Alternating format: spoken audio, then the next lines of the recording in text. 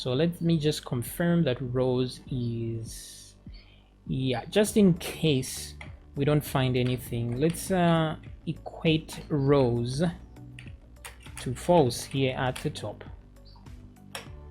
just so in case we don't find anything, we don't get errors in that regard. Okay, so this is looking good. Now let me refresh the page, and there we go. Okay, so everything looking awesome, but we have no content here. So let's see what's going on there. So let's go to views, eShop, and then the cart. So in your templates here, you have to look out for external links. There are sometimes links that lead to external pages, like maybe Google, or maybe there are fonts that do that. So you have to keep in mind and remove those. For example, here, HTTP, so designed by. So if you want to remove this, you can do that, because I noticed it struggles for a while there before doing all this.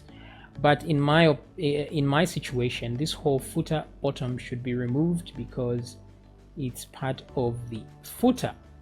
So in my situation here, I will remove that. So let me come down here. I think this information already is in the footer, so no need to have it here. Let me just confirm this is that. Okay, paste, and then write footer.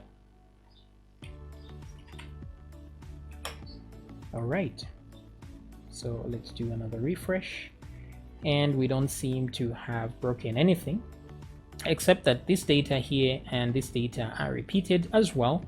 So let's go up and delete that as well.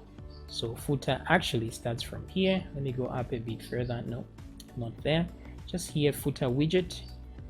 Let's remove that as well. The less we get, the better. Okay, so one more thing right here. Let me just copy this data so that I can easily find it in here. Okay, so that's the one right there. So there is more of the footer from here. So there. I think that should work now. Okay, pretty good. So the important part is down here.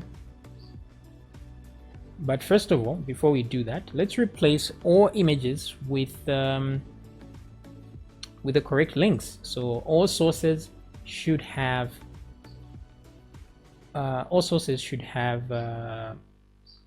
asset at the beginning. So there's source here, right here. So I will try and find everything that has that. Apparently this is the only one. So I will put my equal sign and say assets dot theme. So we are connecting a theme there, and that should do it. Let's find any other. Nope, it looks like we are, yeah, that was the only thing. So the images are only here. So now we have to replace this with actual images from our cart. So we don't want to repeat the header, so we go to the table body, and that is where we will do our work. So table head is right here, and T body is right here, and it ends there. So this whole table row up to there should be inside our loop. So let's ask the question, if rows like this, because if rows doesn't have anything, it will be false. So we can assume that if that equates to true, then we are good to go. So if rows, then let me do that. Now don't forget to close this if statement below there. So now I'm going to do a for each. So I'll say for each rows as row, like that.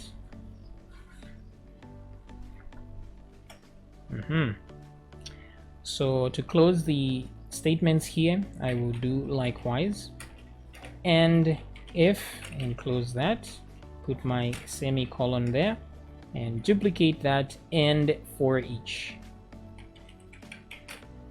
Okay, that's how we do it. So and for each and if, same thing there. So you can tab these in a little bit like that just to make them more readable. Yeah, and that's all. And now we can just get that here. And let's put what we need. So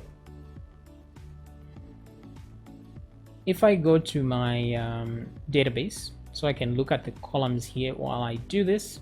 So I'll go inside products here, and so there's description, there's category, and so on. So let's go to the description here. Let me actually put some PHP tags like this: $, row, description. Okay, that does it.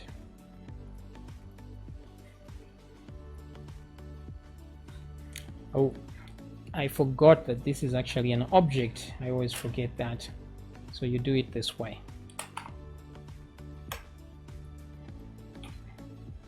Okay, so there we go. So we have 3 different items already, and you can see their titles are different. So this is good. Now, if you had a sub description, you can add it there, or a product ID or something. So maybe let's try that. Let's just say if you had another column for product ID, for example, you could use that, because here the only ID column we have is just the ID here. So if you want to add that, you can add it there, no problem. So let me just copy this.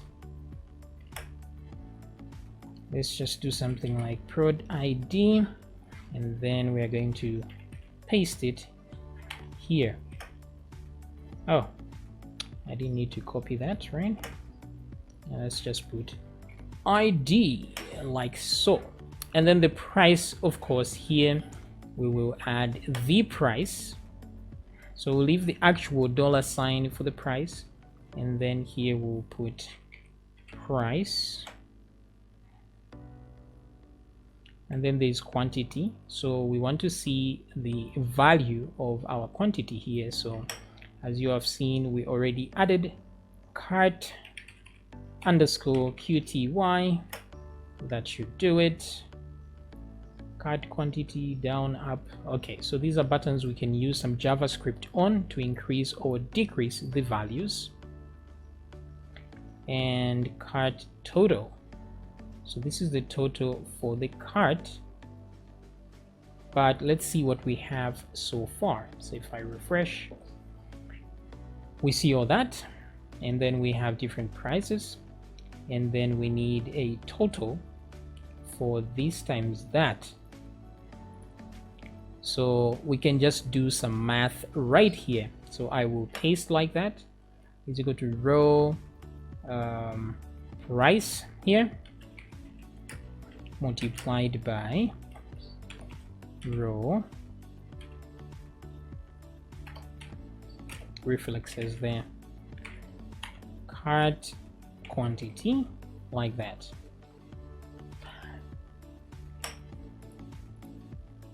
Now if these were big numbers, for example, so this is 20 by 2, 8 by 2. Okay, so it's doing a great job. That doesn't work. So if we're dealing with big numbers, we'd use number format so that we have a comma and the like, but I think we can do that in the final grand total here. Now let's change our image here as well. So where is our image? It's right here, theme, assets. And now that we are using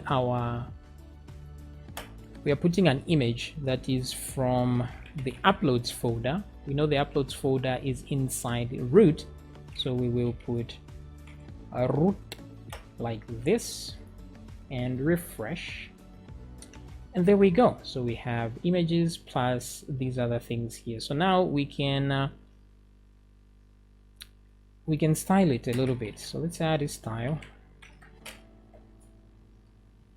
For those that know Bootstrap, you can just add some classes there that you need to add.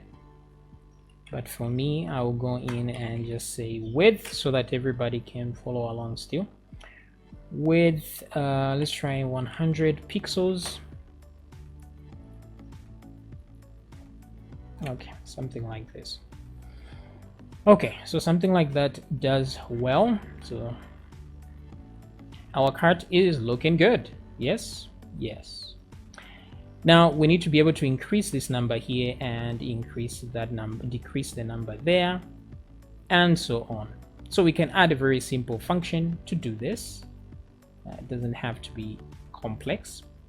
So we'll do that in the next video.